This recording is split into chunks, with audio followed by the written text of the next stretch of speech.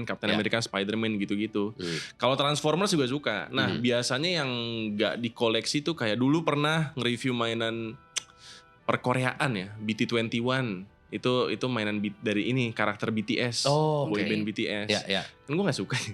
Beberapa gue kasih ponakan, beberapa gue jual kayak gitu-gitu. Jadi gak semua. Laku keras ya dijual ya. Laku keras pak. Iyalah. Itu sampai dulu gue review itu sampai di toko mainan habis. Karena emang bagus, emang barangnya bagus.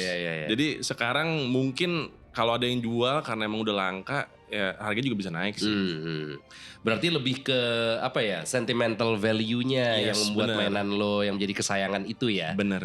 Kalau Gia gitu juga nggak? Misalkan kaos tertentu dari band A gitu, karena emang suka banget sama bandnya, jadi kesayangannya kaosnya itu. Iya dong. Iya ya. Semua bukan ada karena itu. nilainya sekarang jadi misalkan makin tinggi gitu. Enggak selalu soal nilai, kan ada yang memang dear to my heart. Bener.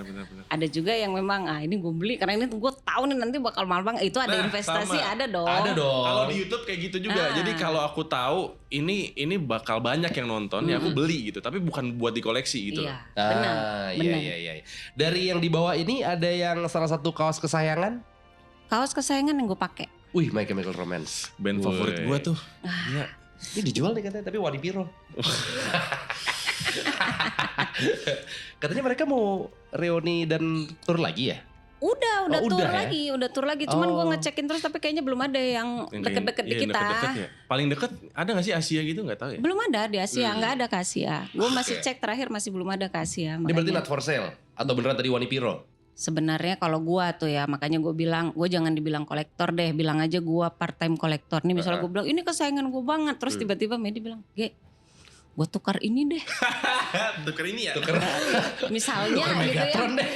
Misalnya ya, apa gitu yang gue suka juga gitu ya, bisa jadi. Iya. Tapi ada juga yang memang kayaknya gak akan gue lepas deh, ada juga. Iya, sama-sama. Ada lah pastilah, karena kan ngumpulinnya juga karena rasa kecintaan juga kan, bukan emang. Itu yang gue nggak akan lepas, itu sesuatu sebenarnya dari laki gue juga tuh punya kerja.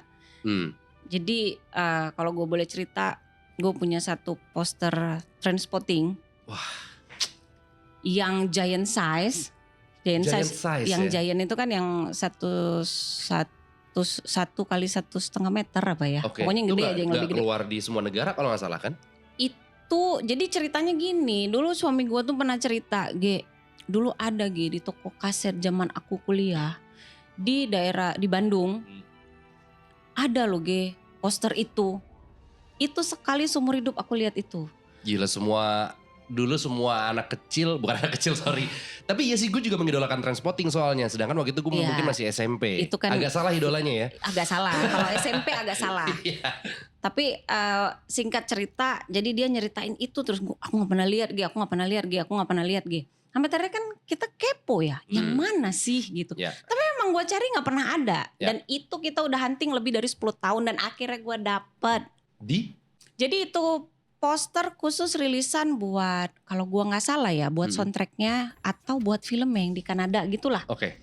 Khusus dia poster itu tetap di printnya di UK, tapi dia cuma rilis itu untuk di Kanada. Dan itu kayak buat iklan doang gitu loh, bukan yang merchandise yang dijual gitu. Gue dapet dong akhirnya dari orang Kanada. Belum ada sebulan yang lalu.